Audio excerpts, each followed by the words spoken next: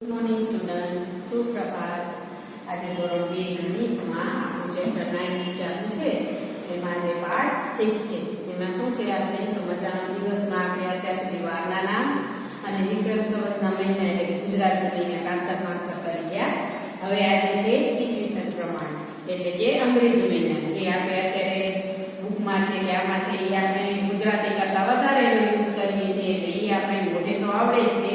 તો 12 મહિનાના અહીંયા નામ લખેલા છે, સાથે દિવસ પણ લખેલા છે. તો પેલા દિવસ સાથે આપણે જઈએ કે ક્યારે કયો મહિનો પહેલો છે. તો સૌથી પહેલો મહિનો માં કારતક આવે છે, જ્યારે આમાં શું આવે છે તો કે જાન્યુઆરી.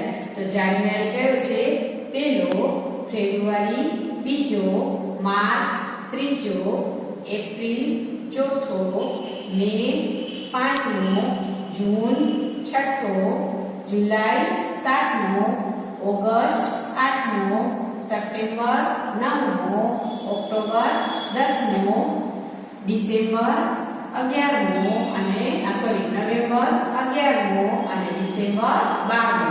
આપણા 12 મહિના અહીંયા કોષ્ટકમાં આપેલા છે. આ કોષ્ટક તો હમણાં અહીંયા રાખીશ, એના ઉપર તમને ધીમે ધીમે ક્વેશ્ચન આન્સર છે કે બીજું છે એ બધું આના ઉપરથી જ કરાવીશ.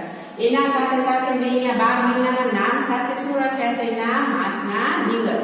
આમ તો દરેક માસના આપણે ગુજરાતી પ્રમાણે જોઈએ તો 30 દિવસ થાય, કારણ કે તિથિ પ્રમાણે હોય એટલે. પણ અંગ્રેજી મહિના છે તો એમાં આપણે દિવસ એક દિવસ વધુ હોય છે, કોઈ ઓછો હોય છે. તો એ આપણે જોઈ લઈને આ વસ્તુ ખાસ યાદ રાખવાની છે. એના જ ઉપરથી આપણું આખું વર્ષના 365 અથવા 366 દિવસ થાય છે ને, એ આના ઉપરથી જ આપણે કરીએ છીએ.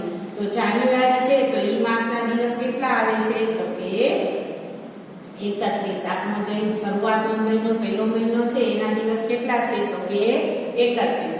એની એક બીજી રીત પણ હું પછી આગળ તમને સમજાવીશ.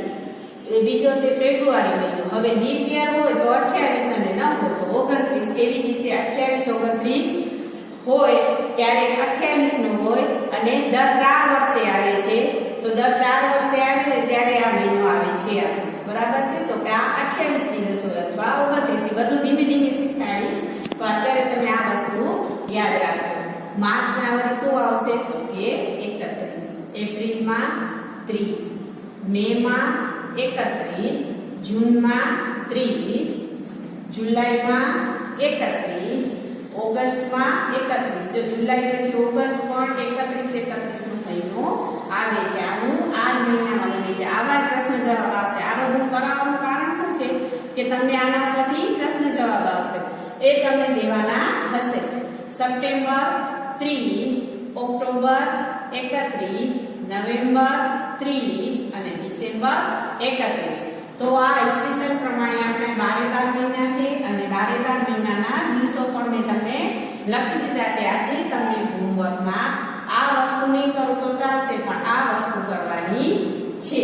સમજાણું? 12 મહિના લખવાના છે, બધાના પૂરા નામ લખવાના છે. થોડાક નામ પણ અઘરા છે, કારણ કે હજી તમે ગુજરાતી લખતા શીખો છો, એટલે માત્રા મિસ્ટેક ન થાય એની પણ ધ્યાન રાખજો, એટલે એ તમારું બરાબર થાય. અને સાથે દિવસ ખાસ લખવાના છે, કારણ કે આપણે આ દિવસની ગણતરી આગળ ખૂબ જ કામ આવશે.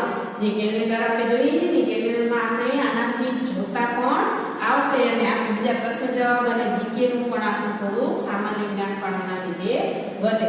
તો હવે તમારે શું કરવાનું છે, તો આજે હોમવર્કમાં આટલું કરવાનું છે. જ્યારે નેક્સ્ટ મળશું ત્યારે આમાં આગળ વધારે શીખીશું. Okay, thank you.